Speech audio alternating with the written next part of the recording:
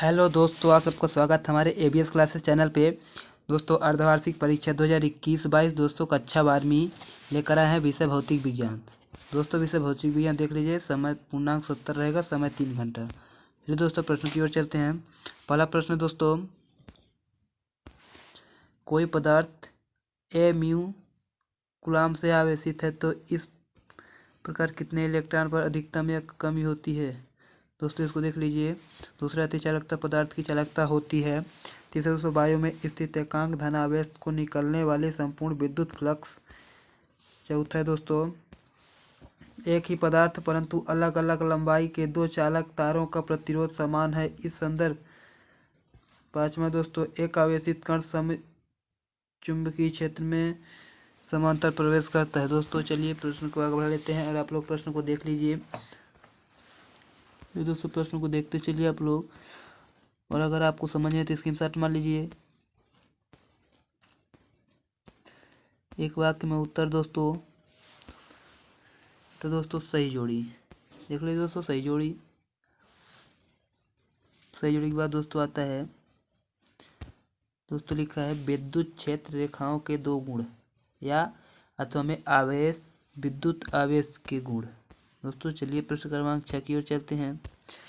किसी कार को स्टार्ट करने की उसकी हेडलाइट कुछ मंद क्यों हो जाती है। अथवा दोस्तों, किसी सेल का विद्युत वाहक बल नापने के लिए वोल्ट मीटर की अपेक्षा विभव मापी अधिक श्रेष्ठ क्यों माना जाता है। इसको दोस्तों सातवां है, 3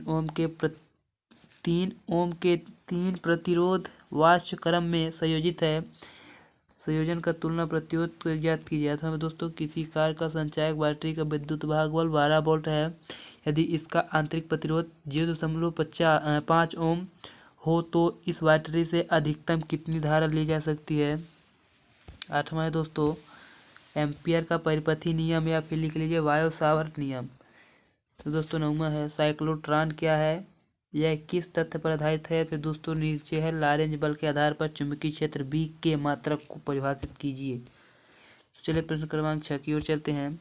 फैराडे के विद्युत चुंबकीय प्रेरण के नियम या दोस्तों लेंज का नियम अथवा में। ये दोस्तों प्रश्न क्रमांक 11, किसी संधारित्र पर AC वोल्टता प्रयुक्त की गई है, इसके लिए फेजर आरेख बनाइए। ये दोस्तों अथवा में, किसी प्रेरकत्व कुंडली पर AC वोल्टता प्रयुक्त की गई है, इसके लिए भी दोस्तों फेजर आरेख ही होगा। प्रश्न क्रमांक दोस्तों 12 की ओर चलते हैं। पूर्ण आंतरिक परावर्तन के लिए आवश्यक शर्तें लिखिए। या दोस्तों नीचे दिए, स्वच्छ आकाश में नीले दिखाई देने का कारण। दोस्तों आप लोग देख लीजिए, पाठ 8 या 9 में है। इसके बाद दोस्तों चलिए प्रश्न क्रमांक 13 की ओर चलते हैं, जो लिखा है, ताप बढ़ाने पर किस पदार्थ का प्रतिरोधकता क्यों बढ़ जाती है। पदार्थ की प्रतिरोधकता क्यों बढ़ जाती है दोस्तों, इसका देख लीजिए। दोस्तों इसके बाद होता है, अथवा में, किसी सेल का आंतरिक प्रतिरोध टर्मिनल वोल्टता एवं विद्युत धारा में संबंध स्थापित कीजिए।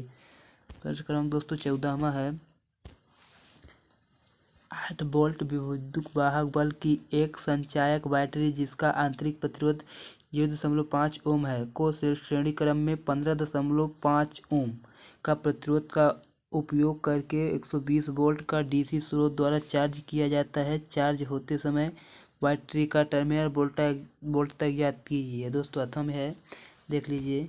तो दोस्तों आते हैं प्रश्न क्रमांक 15। प्रश्न क्रमांक 15 दोस्तों, किसी धारावाही वृत्ताकार पांच या लूप के केंद्र पर चुंबकीय क्षेत्र के लिए सूत्र। तो दोस्तों आता है, अथवा में, किसी धारावाही परिनलिकाओं के अंदर चुंबकीय क्षेत्र के लिए सूत्र स्थापित कीजिए। दोस्तों आता है 16 प्रश्न क्रमांक। दोस्तों, किसी संयुक्त सूक्ष्मदर्शी के अभिदर्शक की फोकस दूरी 1 सेंटीमीटर, नेत्रिका की फोकस दूरी 2 सेंटीमीटर तथा नलिका की लंबाई 20 सेंटीमीटर हो तो इस यंत्र का आवर्धन ज्ञात कीजिए जबकि अंतिम प्रतिबंध अनंत पर बनता है। दोस्तों अथवा में है, यंग के द्विस्लिट प्रयोग में स्लेटों के बीच की दूरी 1 mm है। यदि स्लेट में पर्दे की दूरी 1 मीटर है तब 500 mm तरंग दैर्घ्य का प्रकाश का प्रायोगिक में लाया जाता है। फ्रिंज अंतराल ज्ञात कीजिए। दोस्तों प्रश्न क्रमांक 17 की ओर चलते हैं। विद्युत फ्लक्स से संबंधित गाउस का नियम लिखिए, सिद्ध कीजिए। गास के नियम से कूलाम का नियम ज्ञात कीजिए। दोस्तों प्रश्न क्रमांक 17। प्रश्न क्रमांक दोस्तों 18 में चलते हैं, जिसमें लिखा है संधारितों किसे कहते हैं, या समांतर प्लेट संधारित्र की धारिता के लिए व्यंजक ज्ञात कीजिए। प्रथम दोस्तों लिखा है, एक समान आवेशित खोखले गोले के अंदर एक बाहर स्थित किसी बिंदु पर विद्युत क्षेत्र की तीव्रता के लिए सूत्र ज्ञात कीजिए। दोस्तों नीचे लिया है 19वां, देख लीजिए। ट्रांसफार्मर का सिद्धांत लिखिए। ट्रांसफार्मर में ऊर्जा ह्रास के कारण एवं उनके कम करने के उपाय। दोस्तों लिख लीजिए भंवर धाराएं क्या है, भंवर धाराएं उत्पन्न कैसे होती हैं, भंवर धारा के दोस्तों 3 अनुप्रयोग लिख लीजिए।